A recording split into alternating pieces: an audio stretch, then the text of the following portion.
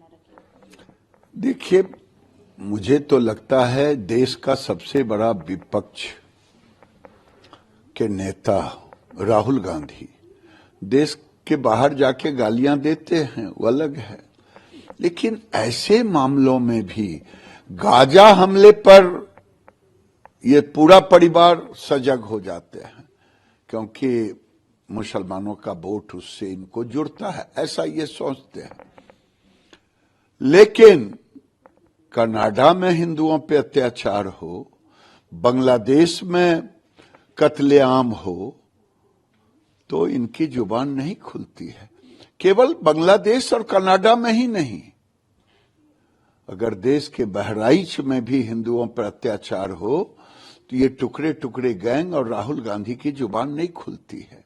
ये vote bank की राजनीति करते हैं, ये जात पात की राजनीति में आजकल वोट के लिए कर रहे हैं।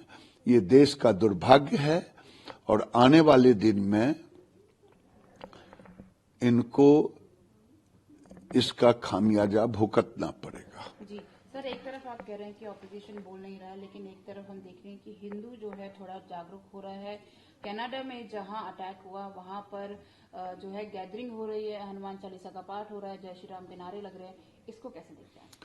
अब देश में जब बोलते हैं एक रहोगे सेफ रहोगे, एक रहोगे सशक्त रहोगे, बटोगे तो कटोगे, तो लोगों के देह में खुजली होती है टुकड़े टुकड़े गैंग को। लेकिन अब तो कनाडा के हिंदू यही नारा लगा रहे हैं जी।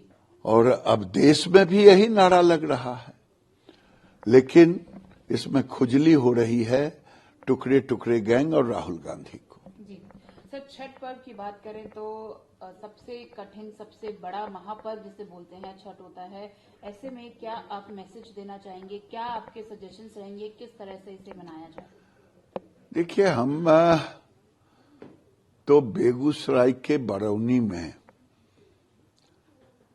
छठ बाजार हिंदू लगाने की व्यवस्था कई साल से किया है। यही था इसकी पवित्रता को लेकर के। छठ व्रत अनुशासन का पर्व है। ये सूर्य भगवान की उपासना अनुशासन की उपासना है, और ऐसे में दूसरे धर्म के लोग पर भरोसा नहीं किया जा सकता। कोई कहता थूक फेंकते, क्या करते। तो इसीलिए मैं अपील करता हूं कि जो छठ व्रत को मानते हों, जो सनातन के छठ पर्व का सम्मान करते हों, ऐसे ही लोगों के हाथ सामान खरीदना चाहिए छठ का, क्योंकि ये एक अनुशासन का व्रत है।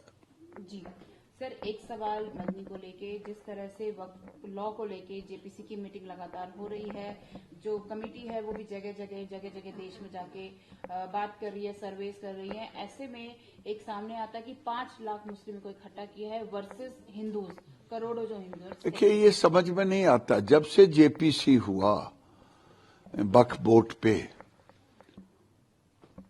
मुल्लाओं ने, मुस्लिम जो उनके धर्म गुरु हैं और जो फंडामेंटलिस्ट हैं, ये लोग गलियों में माइक लेकर के प्रचार करना शुरू किए, माहौल खराब करने की कोशिश किया। अब तो मदनी कहते हैं 5 लाख मुसलमानों को इकट्ठा करूंगा। मैं कहता हूं मदनी साहब, आप 5 लाख मुसलमानों को इकट्ठा नहीं कर रहे हो, तुम 100 करोड़ हिंदुओं को डराने की कोशिश कर रहे हो। ये उचित नहीं है।